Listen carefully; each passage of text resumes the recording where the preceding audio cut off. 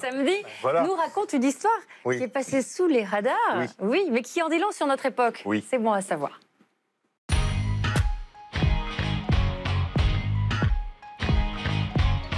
Et ce soir, vous allez tâcher de répondre à une question très étrange. Le mouvement MeToo, #MeToo, a-t-il tué le houmous, Cadmerade? Oui, question certes. Je regarde en disant houmous. Bizarre. Ça, c'est un peu raciste, attention. Le C'était pour attraper votre T'as vu, elle a concentration. fait le houmous, Krabmerat. Question C'est vrai que j'ai des origines certes. turques en plus. Ah, ça, je savais. Bizarre, monsieur Turc. Mérad, Pardon, mais Frédéric. pas absurde pour autant. Le pauvre Frédéric. Si l'on en juge par l'histoire de cette entrepreneuse britannique, que vous allez voir, elle s'appelle Même mes lunettes. Ramona Hazan. Ah. Et il y a 14 ans, elle a créé une gamme de plats végétariens, fabrication locale, aucun additif ni gluten, des falafels d'épinards, de choux frisés de quinoa J'ai la dalle, ou j'ai la dalle. encore un houmous, paraît-il, J'ai succulent faim. qui a obtenu de nombreux prix. Mais depuis quelques mois, les ventes sont en forte baisse et la femme d'affaires ne voit qu'une explication à cela. Pour elle, c'est à cause de son nom, le nom de sa marque. Et sa marque, c'est donc MeToo, un nom choisi en référence à un souvenir d'enfance quand elle Pas de était chance. petite. Ah oui. Ramona ne supportait pas que ses frères et sœurs jouent sans elle et elle leur criait MeToo, MeToo, MeToo. Laissez-moi jouer avec vous, moi aussi je veux jouer. Mais dorénavant, l'expression désigne évidemment un autre phénomène. 2017, l'affaire Weinstein. MeToo, c'est le symbole de la libération de la parole des femmes agressées sexuellement. Et Ramona, elle en a pensé quoi de ce fameux #MeToo?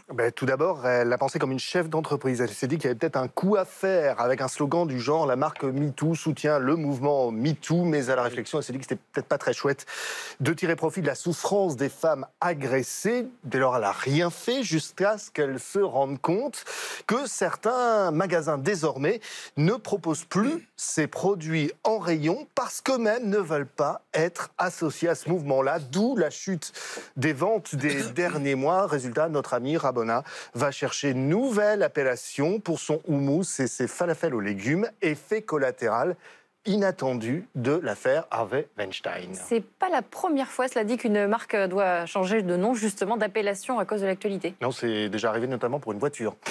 Le modèle du fabricant Tata qui la devait levrette. s'appeler... Non, alors elle ne devait pas s'appeler la levrette, elle devait s'appeler la Zika. Ce qui ne signifie pas pareil. Ah, pardon. Non, le problème, c'est qu'au moment J'ai de cherché, sa sortie, on était en pleine épidémie, non pas de levrette, mais du virus Zika. Oh, En Frédéric. Amérique Allons. du Sud, malheureuse Frédéric. coïncidence, finalement la berline s'appelle Thiago. On peut aussi Zika, penser au biscuit Bamboula. Je ne sais pas si vous vous souvenez, au milieu Ah oui, des années 80 et c'est affreux. 90. Oui. Mais c'est affreux. Une mascotte très à la mode. Bamboula. Jusqu'au milieu des années bien, 90, on a édité un magazine Bamboula, des BD, un 45 tours. Et près de Nantes, il y avait même le village de Bamboula. Oui, oui, avec une vingtaine d'Ivoiriens au milieu d'un zoo, des hommes, des femmes, des enfants, pas loin des cages des animaux.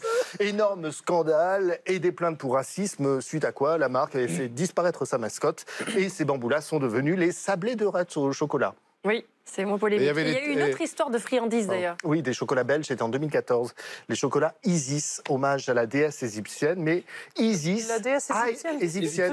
Il y avait, Isis, la déesse égyptienne. Frédéric, il y avait à l'époque dans les boulangers les têtes de nègre. Oui, Oui. Oui, c'est pas mieux. Hein. oui, qui désormais Qui s'appelle maintenant les têtes de prohibés. choco. Têtes de nègre, t'imagines. Bonjour. On revient à nos chocolats. Nos Isis. chocolats Isis. La déesse égyptienne. Oui. Oui. Eh bien, Pardon, le excusez-moi, problème, ouais. c'est que ISIS, c'est aussi l'acronyme anglophone pour désigner le groupe État islamique. Pas de bol. Pour ce fabricant de chocolat, chute des ventes aux États-Unis. Les Américains ont dû penser que c'était des chocolats qui rendaient djihadistes. Dorénavant, les chocolats portent donc C'est de possible. nom de la famille propriétaire de la marque. Les chocolats Liber, c'est nettement moins sulfureux. Alors changer de nom pour ne plus être associé à de dangereux terroristes, on dira qu'on peut comprendre. Oui, pourquoi pas. Mais refuser de vendre ou d'acheter du houmous au motif qu'il s'appelle MeToo, là, j'avoue que ça me laisse franchement perplexe, d'autant qu'on s'en moque un peu.